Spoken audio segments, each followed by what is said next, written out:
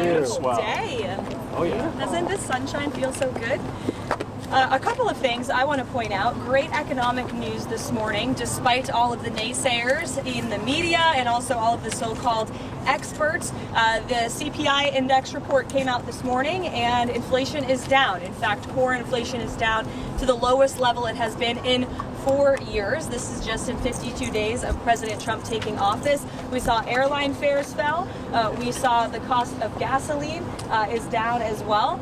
We also saw a $1 billion investment this morning from GE Aerospace. We saw Asahi, the Japanese beer company, announce that they're going to move manufacturing and investments to the great state of Wisconsin in response to President Trump's 25% tariffs on steel and aluminum, which you all know went into effect last night. So this is all good news for the American people, and it also shows that you can effectively utilize tariffs to bolster your industries here at home while driving down the cost of living for the American public through deregulation and through energy. And we know President Trump is intent on passing his big tax cuts later this year. We're calling on Congress to do it. We also had a big win on Capitol Hill last night. As I talked to you all in the briefing yesterday, the president strongly supported the continuing resolution. He continues to support the continuing resolution.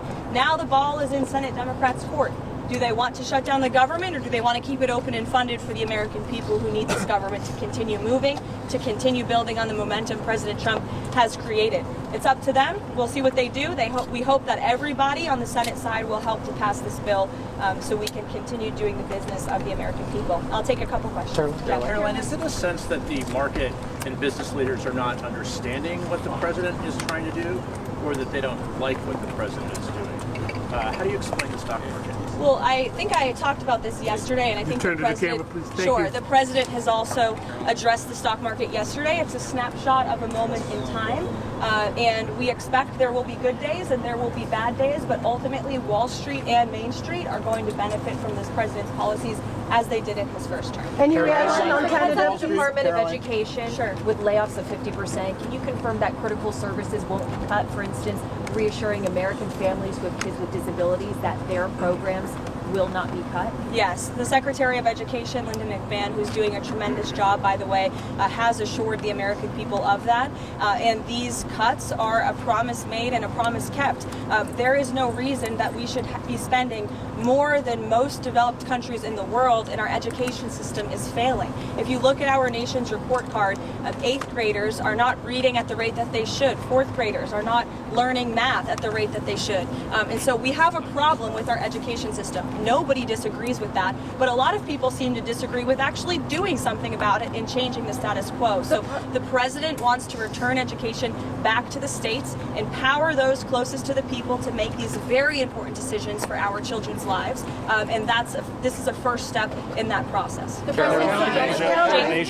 seems that President Trump has put the onus on Russia to engage in the ceasefire. If that ceasefire is broken, is there any type of enforcement mechanism in place that President Trump would enforce on Russia if they break that ceasefire? Well, that's obviously a grand hypothetical question that I won't comment on because we're not there yet.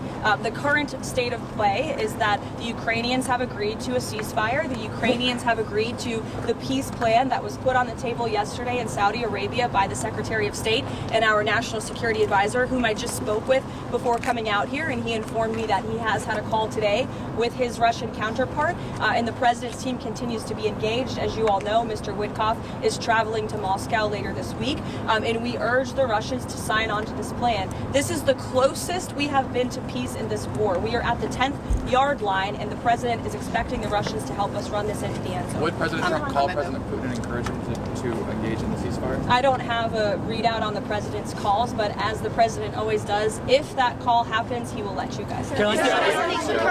Caroline, on the CHIPS Act, the president has called for a full repeal on it, but it appears that the Senate GOP is looking for more reform on that. Is this going to be an all or nothing as far as the president is concerned?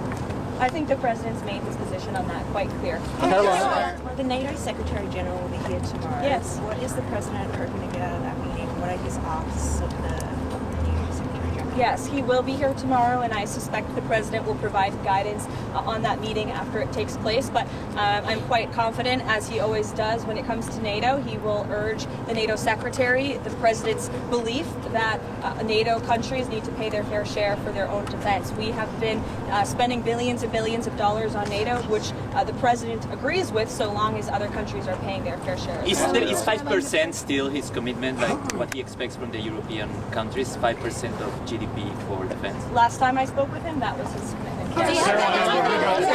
Thank you. Does the president have any response to the ICC arrest of Rodrigo Duterte, the former Philippine president?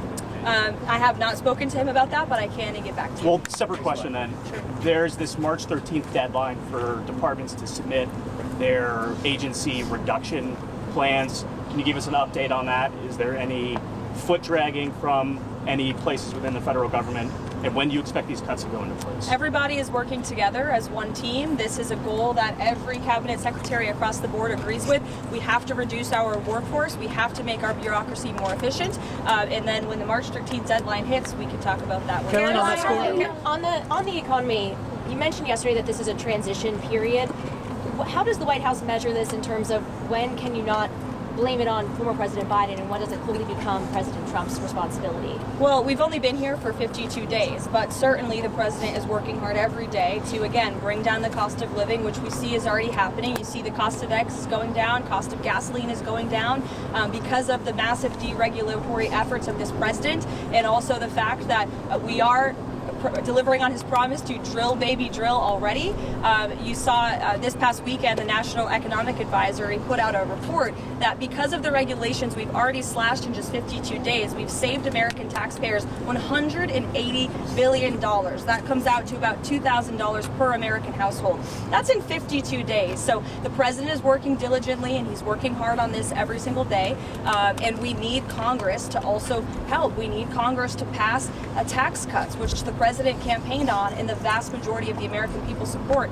And as you all know, the president met with business leaders last night at the Business Roundtable, and he said to them in the room, you know, some of you may be Democrats, but that's fine, but we need to get Senate Democrats and House Democrats on board with this tax bill, because America, working America, supports tax cuts. The American people, CEOs, small business owners, and workers all want more money in their pockets, and we expect all people on Capitol Hill, Republican or Democrat, to get on board with that, because it's a wildly popular. Karoline, Thanks, guys. See you later.